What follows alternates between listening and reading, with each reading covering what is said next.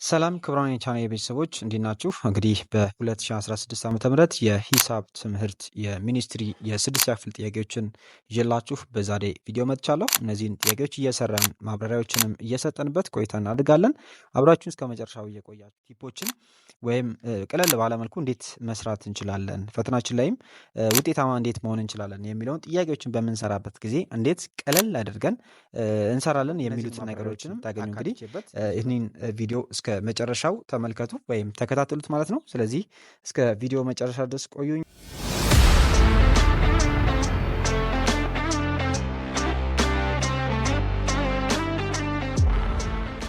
ወደ መጀመሪያው ጥያቄ መጣሁኝ ማለት ነው። እንግዲህ እዚህ ጋር እንደምትመለከቱት ከስር የምታዩት ማለት ነው እዚህ ጋር አዲስ አበባ ከተማ አስተዳደር ትምህርት ቢሮ የአንደኛ ደረጃ መልቀቂያ ፈተና 2016 ዓ.ም ይላል። እንግዲህ የሂሳብ ፈተና ነው ማለት ነው። እነዚህ በአዲስ አበባ ከተማ አስተዳደር በ2016 ዓ.ም ለስድስተኛ ክፍል ተማሪዎች የተዘጋጀ የሂሳብ የሚኒስትሪ ጥያቄዎች ናቸው ማለት ነው። ስለዚህ የመጀመሪያውን ጥያቄ እንመልከት። የመጀመሪያው ጥያቄ ምንድነው? ከሚከተሉት ሙሉ ቁጥሮች ውስጥ ተጋማሽ ያልሆነው የቱ ነው ነው የሚለው። እንግዲህ ከነዚህ ውስጥ ተጋማሽ ያልሆነውን ቁጥር እንለያለን ማለት ነው። ሀ 230 ለ 7234 ሐመርሃ 421 መ 5176 ይላል። ስለዚህ አንድ ቁጥር ተጋማሽ የምንለው እንግዲህ ለሁለት መካፈል የሚችሉ ቁጥሮች ናቸው ማለት ነው። ስለዚህ እነዚህም እንግዲህ እዚህ ላይ ከምትመለከቷቸው ቁጥሮች ውስጥ ለሁለት ተካፋይ ለመሆን የአንድ ቤት ሆሄው ወይም የአንድ ቤት ሆሄው ምን መሆን አለበት? 0 መሆን መቻል አለበት። ኦር ደግሞ 2 4 6 8 እነዚህን የያዘ መሆን መቻል አለበት ማለት ነው ተጋማሽ ለመባል። ስለዚህ ጥያቄው ተጋማሽ ያልሆነ ነው የሚለው ወይም ተጋማሽ ያልሆነ ማለት ኢ ተጋማሽ የሆነ ቁጥር ማለት ነው። ስለዚህ በዚህ መሰረት የዚህ ጥያቄ ትክክለኛው መልስ ወይም ኢ ተጋማሽ የሆነው ከዚህ ከምታያቸው አማራጮች ውስጥ ሐመርሃ ላይ የሚገኘው 421 የሚለው ኢ ተጋማሽ ቁጥር ነው ማለት ነው፣ ወይም ተጋማሽ ያልሆነ ቁጥር ነው። ሁለተኛ ጥያቄ ከሚከተሉት ሙሉ ቁጥሮች ውስጥ ለአምስት ተካፋይ የሆነው የቱ ነው? ለአምስት ተካፋይ የሆነው ቁጥር የቱ ነው? ይሄ እንግዲህ ለአምስት ተካፋይ ነው የምንለው ወይም እዚህ ጋር ለአምስት ተካፋይ መሆናቸውን በቀላሉ እነዚህ ጋር ለምሳሌ ሀሌቷ ላይ የሚገኘውን ቁጥር ለአምስት እያካፈልን በቀላሉ ማግኘት የምንችለው ነው የሚሆነው ማለት ነው። ስለዚህ ለአምስት ተካፋይ ነው የምንል ከሆነ ምንድነው ተካፋይነቱ ወይም ለአምስት አንድ ቁጥር ተካፋይ ነው ካልን ያለምንም ቀሪ መካፈል መቻል ይኖርበታል ማለት ነው። ስለዚህ እዚህ ጋር ለተሰጡን አማራጮች ውስጥ የተሰጡትን አማራጮች ለአምስት እያካፈልን በቀላሉ ማግኘት እንችላለን ማለት ነው። ስለዚህ በዚህ መሰረት እዚህ ጋር ያሉ ቁጥሮችን ጀስት ስናካፍል ሀሌቷ 251 ለ970 ሐመርሃ 113 መ 826 ይላል። ስለዚህ ለአምስት ተካፋይ የሆነ ቁጥር ምን መስፈርት ያለው ማለት ነው? ከሚያስፈልጉ ነገሮች አንዱ ምንድነው? የአንድ ቤት ሆሄያቸው ምን መሆን መቻል አለበት? 0 ወይም 5 መሆን መቻል አለበት ለአምስት ተካፋይ ለመሆን ማለት ነው። ስለዚህ በዚህ መሰረት ያ አንድ ቤት ሆሄው 0 የሆነው ለላይ የምናገኘው 970 የሚለው ነው ማለት። ስለዚህ 970ን በቀላሉ እናካፍልና ለአምስት ስናካፍለው ወደ 194 አካባቢ ይመጣል። ስለዚህ ያለ ቀሪ የሚካፈል ቁጥር ነው ማለት ነው። ስለዚህ 970 ለአምስት ተካፋይ የሆነ ቁጥር ነው። ለመልሳችን ይሆናል ማለት ነው። ሶስተኛ ጥያቄ የ455 አካፋይ የሆነው የቱ ነው?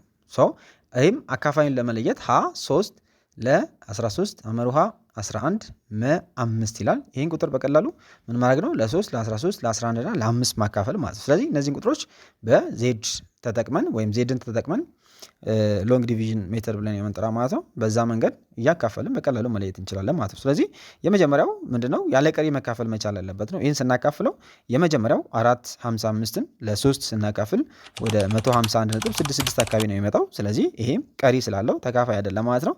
ለ455 ይህንንም ለ13 ስናካፍለው ስንት ጊዜ ይደርሳል? 35 ጊዜ ይደርሳል ማለት ነው። ስለዚህ ተካፋይ ነው። ስለዚህ ለ13 ተካፋይ ነው ማለት ነው። ሌላኛው ደግሞ 455 ሐመርሃ ላይ የምናገኘው ነው። ለ11 ስናካፍለው 41.36 ገደማ ይመጣል ማለት ነው። ስለዚህ ለ11 ተካፋይ አይደለም ማለት ነው ይህ ቁጥር። መ ላይ 455 ለ5 ስናካፍለው 91 ይደርሳል ያለምንም ቀሪ ማለት ነው። ስለዚህ በዚህ መሰረት መልሳችን ላይ ያለውና መላ ያለው ለ13 እና ለ5 ይካፈላል ማለት ነው ይሄ ቁጥር።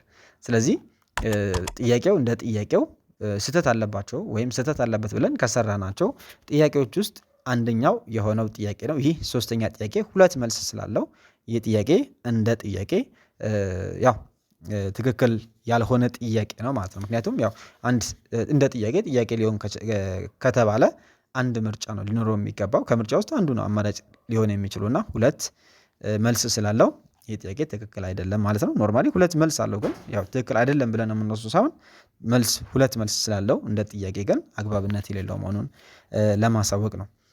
አራተኛ የ360 ብቸኛ ትንትን የሆነው የቱ ነው? ስለዚህ ይሄን ብቸኛ ትንትንን ለመለየት ወይም ብቸኛ ትንትን ወይም ይሄ ፕራይም ፋክተራይዜሽን ብለን የምንጠራው ነው። ስለዚህ ያንን ስናደርግ ምንድነው ይሄን ቁጥር በፕራይም ፋክተራይዜሽን እንሰራዋለን ማለት ነው። ፕራይም ፋክተራይዝ ስናደርገው ይሄንን ቁጥር የመጀመሪያው ምንድነው 360 ነው። ይሄን እንዴት እናደርጋለን? ለምሳሌ በሁለት እናደርግና ስንት ይሆናል? 180። እንደገና 180ን በሁለት ስናደርገው ስንት ይሆናል? 90 ይሆናል። 90ን እንደገና በሁለት ስናደርገው ስንት ይሆናል? 45 ይሆናል። 45ን በሁለት አንችልም። ስለዚህ 45 በሶስት ስናደርገው 15 ይመጣል። 15ን በሁለት ስለማይችል በሶስት እናደርጋለን። 15 በሶስት ስንት ጊዜ ይደርሳል? 5 ጊዜ ይደርሳል። ስለዚህ 5 በአንድ 5 ይሆናል ማለት ነው። ስለዚህ ጨረስን። በዚህ መልኩ ካመጣን በኋላ ምንድነው የምናደርገው? ከዛ የዚህን በርቢ እናስቀምጣቸዋለን ቁጥሮቹ ማለት ነው። ለምሳሌ ሁለት ስንት ጊዜ ተደጋግሟል? 3 ጊዜ። ሁለት ርቢ 3 ሲባዛ 3 ስንት ጊዜ አለ? 2 3 አለ። ስለዚህ 3 ሲባዛ በ3 ርቢ 2 ሲባዛ ስንት ይሆናል? 5 ይሆናል ማለት ነው። መልሳችን ምን ይሆናል? ለ ያለው ወይም ለ የዚህ ጥያቄ መልስ ይሆናል ማለት ነው። እሺ አምስተኛ ጥያቄ የ52 እና የ86 ትንሹ የጋራ አካፋይ ወይም ትጋአ የሆነው የቱ ነው? ትጋአ ትንሹ የጋራ አካፋይ ወይም ትጋአ 52 86 ማለት ነው።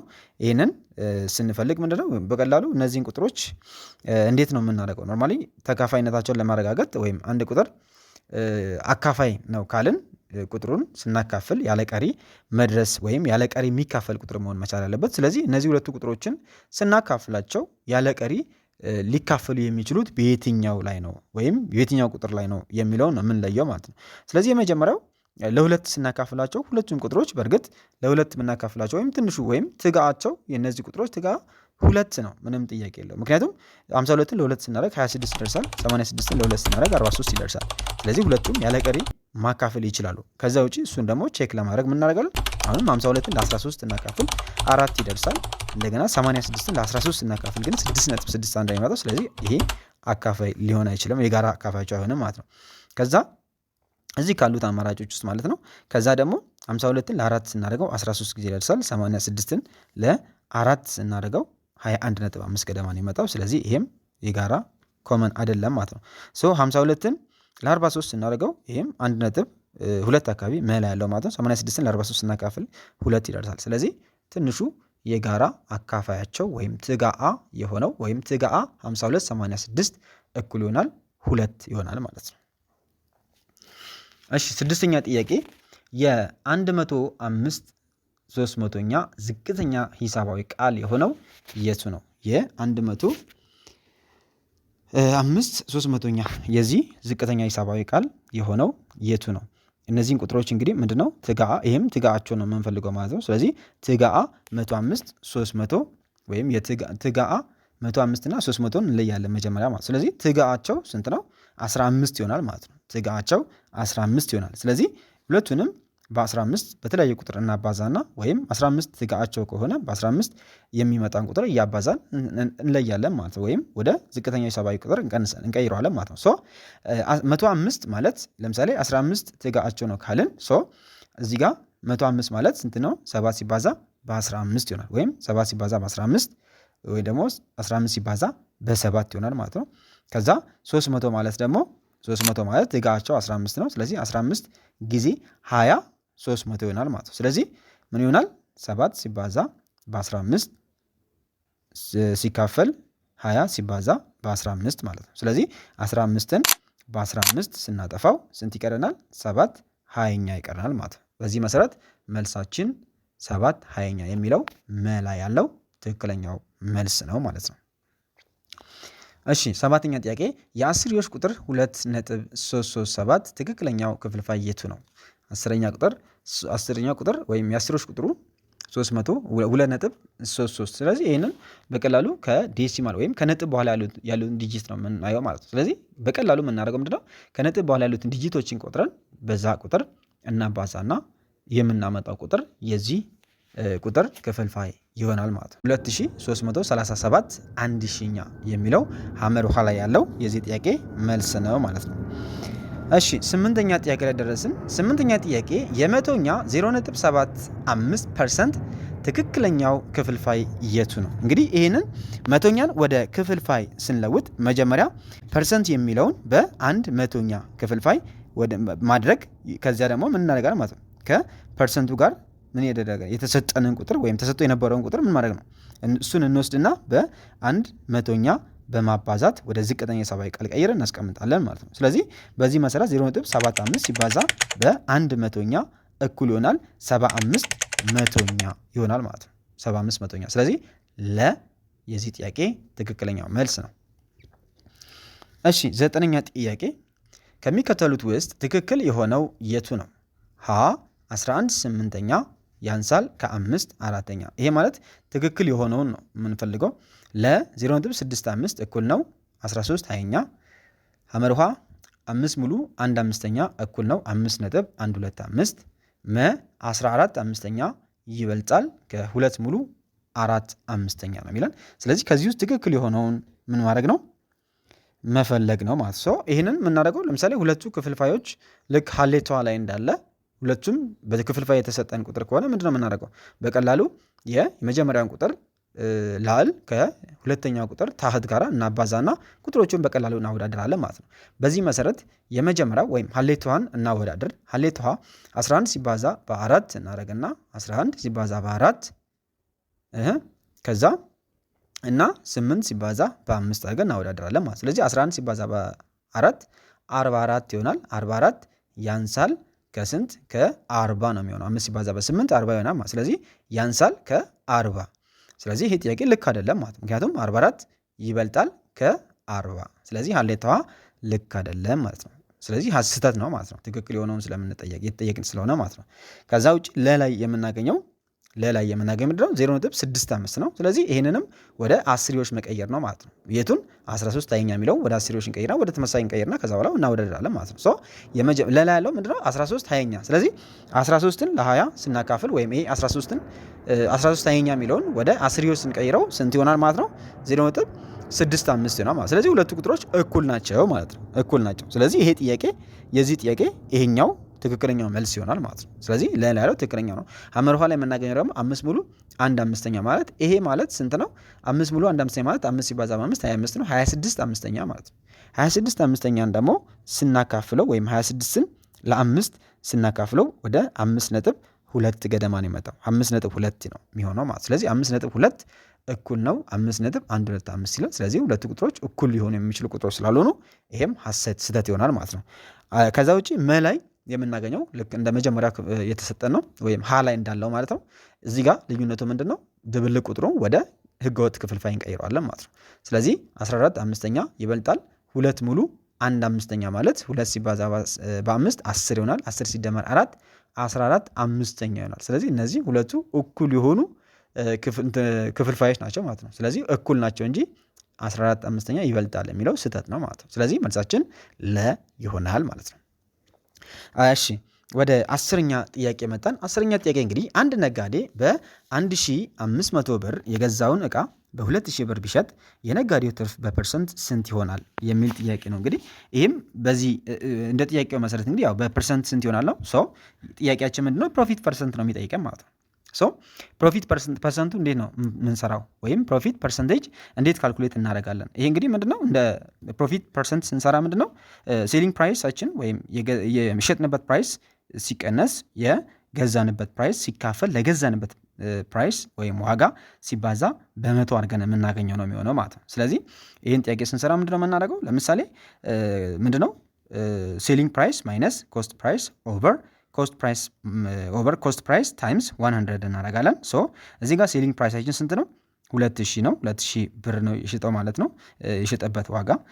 ሲቀነስ ኮስት ፕራይስ የገዛበት 1500 ብር ሲካፈል ለ1500 ብር ኮስት ፕራይስ ስለሆነ ማለት ነው። ሶ ሲባዛ በ100 እናደርጋለን። ሶ ይህን ስናደርግ ለምሳሌ 2000 ሲቀነስ 1500 500 ይሆናል። ስለዚህ 500 ሲካፈል ለ1500 ሲባዛ በስንት በ100 እናደርጋለን ማለት ነው። ሶ ከታች የ1500 ሁለቱን ዜሮ በ100 ዜሮቹ ሁለቱን እናጠፋለን ማለት ነው። ዜሮ በዜሮች ጠፋ 500 ስንተኛ 15ኛ የሚል ይቀራል። ሶ 500ን ለ15 እናካፍለው 33.33% ይመጣል ማለት ነው። ስለዚህ ፕሮፊት ፐርሰንታችን ወይም የዚህ ነጋዴ ትርፉ በፐርሰንት ሲገለጽ ስንት ነው? ምክንያቱም ትርፉ ኖርማሊ ከ2000 ብር ከሸጠ 500 ብር ትርፍ ነው። ይህ 500 ብር ወደ ፐርሰንት ስንቀይረው 33.33% ምን አድርጓል ማለት ነው?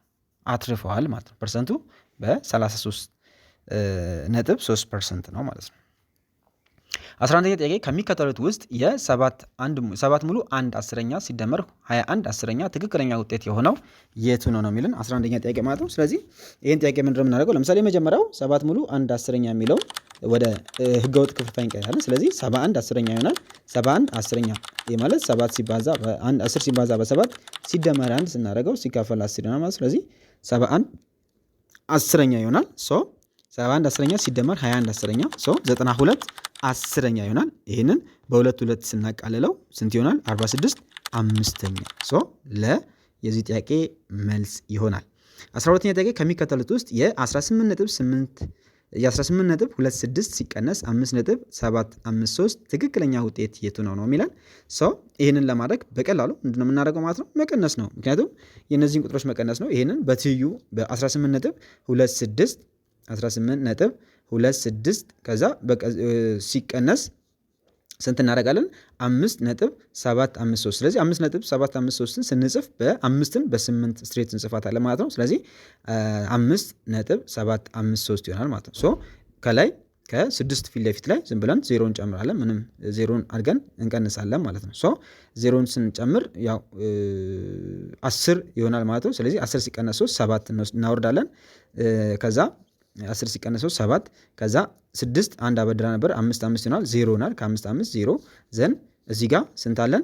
2 አለን። ከ2 ላይ 7 መቀነስ አንችልም። ስለዚህ ከ8 ጋር አንድ እንበደርና 12 ይሆናል። 12 ሲቀነስ 7 5 ይሆናል። ሶ 5 ይሆናል። እዚህ ጋር የነበረችው 8 አንድ ስላበደረች 7 ናት። ሶ 7 ሲቀነስ 5 ስንት ይሆናል? 12 ይሆናል ማለት ስለዚህ 12.5 507 12.507 ይሄው እዚህ ሀሌት ውሃ ላይ የምናገኘው የዚህ ጥያቄ መልስ ይሆናል ማለት ነው። 13ኛ ጥያቄ 2.103 ሲባዛ 34.7 ይላል። ይህንንም ቁጥር አሁንም ምንድነው የምናደርገው? ቀጥታ ማባዛት ነው ማለት። ስለዚህ 34.7ን በ2.103 እናባዛና የምናገኘውን ውጤት እንፈልጋለን ከምርጫችን ውስጥ ማለት። ስለዚህ መጀመሪያ ምንድነው የምናደርገው? በቀላሉ ቁጥሩን እንወስድና ማባዛት ብቻ ነው የሚጠበቅብን ማለት። ስለዚህ ይህን ስናባዛው ወደ 72.9741 የሚለው የዚህ ጥያቄ መልስ ይሆናል ማለት ነው። ስለዚህ ሀሌታ ሀ 72.9741 የሚለው የዚህ ጥያቄ መልስ ነው ማለት ነው። 14ኛ ጥያቄ 14ኛ ጥያቄ ከሚከተሉት ውስጥ የ17 ሲካፈል ለ7 17 7ኛ ሲካፈል ለ3 5ኛ ትክክለኛ ውጤት የቱ ነው ነው የሚለን። ስለዚህ ይህን ቁጥር ስንሰራ ምንድን ነው የምናደርገው? የ17 7ኛ ሲባዛ በ5 3ኛ ወይም በሪስፕሮካል አድርገን እናባዛለን ማለት ነው። ሪስፕሮካል ነው የምናደርገው። ስለዚህ በሪስፕሮካል ስናባዛው ምንድን ነው የሚሆንልን ማለት ነው። ስለዚህ 17 7ኛ ሲባዛ በ5 3ኛ ሶ 17 ሲባዛ በ5 85 ይሆናል። 7 ሲባዛ በ3 21 ይሆናል። ስለዚህ 85 21ኛ ስለዚህ መልሳችን መ ይሆናል ማለት ነው። እሺ 15ኛ ጥያቄ በ10 ርቢ ብዜት 350 ሺህ ሲገለጽ የቱ ይሆናል? እዚህ ጋር የምታዩት 350 ሺህ በ10 ርቢ ብዜት ሲገለጽ ስንት ይሆናል ነው። ይሄ እንግዲህ 350 ሺህ እኩል ይሆናል በ10 ርቢ ስናደርገው ማለት ነው። ወይም በርቢ ስናስቀምጠው 3.5 ሲባዛ በስንት ነው? 10 ርቢ 1 2 3 4 5 ይሆናል። ስለዚህ 10 ርቢ 5 ይሆናል ማለት ነው። ስለዚህ 3.5 ሲባዛ 10 ርቢ 15 የሚለው መላ ያለው የዚህ ጥያቄ ትክክለኛው መልስ ነው ማለት። ስለዚህ እነዚህን ይመስላሉ እንግዲህ ለዛሬ ቪዲዮውን ለማሳጠር ያህል እስከ 15ኛ ጥያቄ ድረስ ያሉትን በጋራ እስካሁን ቆይታ አድርገን ነበረ። እንግዲህ ሌሎች ጥያቄዎች ከዚህ ባሻገር እንዲሰራላችሁ የምትፈልጓቸው ጥያቄዎች ካሉ እንደዚሁ ኮሜንት ላይ ጻፉልኝ። ከዚህ ውጪ በሌሎች በሁለተኛው ወይም በፓርት 2 ሌሎችን ጥያቄዎች ይዤላችሁ እመጣለሁ። እስከዛ ድረስ ቸር ቆዩልኝ።